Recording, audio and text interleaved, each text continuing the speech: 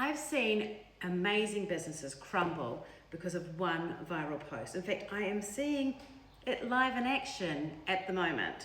And I don't want it to be yours next, so let's talk about how to protect yourself. I've been in this social media game for a very long time. I am absolutely ancient when it comes to social media. We used to talk about how important it was to have a social media policy to protect yourself from social media storms. Have an emergency PR plan in case things went wrong. And I think somewhere along the way, we've started to take social media for granted and forgot what a terrible beast it can be if it all goes wrong. I've been watching an Australian brand, which I'm not going to name, come undone over the last few days. To be clear, it's not the fault of the person who shared that information that made that brand go undone. It's our job as business owners to always understand that we are on, no matter whether we're on our personal account or our business account. And if we do anything on those accounts or in relation to the way we comment even on someone else's post, we have to understand that we have to be prepared to stand by it. If we're not prepared to stand by it, we shouldn't do it. Sometimes we make mistakes. Sometimes we'll be naive and not realize that this is happening. And when that happens, well, we need to do a bit of a U-turn. So here's the advice that I give my clients on this. Number one, have a social media crisis plan. This might also include having a PR person that you can call. You're going to pay for them because they'll be worth it. But sometimes you need to have expert guidance and help to make sure anything you do from here on in is going to be worded. Don't just do what you think you should do. You're probably angry and defensive, and maybe it's going to make it worse.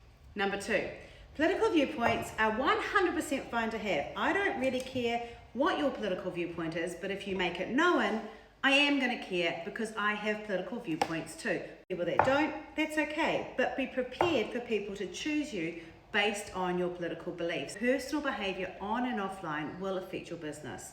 And if you think it doesn't, you need to change the way you understand how marketing and business growth works.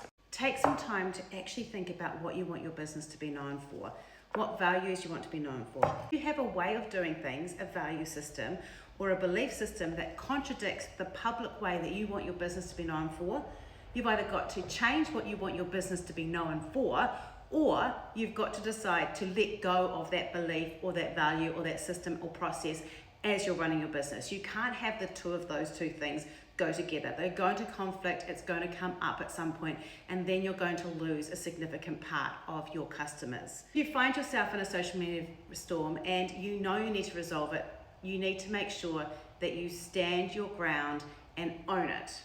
We take a moment and we collect ourselves. We take out our whole feeling of being attacked, because you will feel attacked, and look at it from a business perspective and a long-term impact for yourself. An ambiguous statement that does not tell people exactly what you did, that does not own what your behavior was and kind of just skirts around it, does not talk directly to the concerns of the people that are upset, whether it's for or against, is going to be worse for you than just coming out, right out and owning it. Either proudly owning it as, yeah, that's true and I don't care, or yeah, that's not true and here's the proof that it's not true. That is your options. You can't be ambiguous. If you do care about changing your behavior, then what you really have to make sure you do is change it and then move on. And then we just let it go, because these social media storms do pass by if you stand your ground, own it, leave it clear, and then allow people to decide whether they're going to choose to continue to follow you or not. Remember, 30% of people will hate us anyway. Do we want to be proactive and decide exactly who those 30% people are? Or are we going to allow it to be left to the whim of the chance of someone to find out our duplicitous behavior, the ways that we are conducting ourselves online, and allow it to be to chance of that single social media viral post that could make or break our business?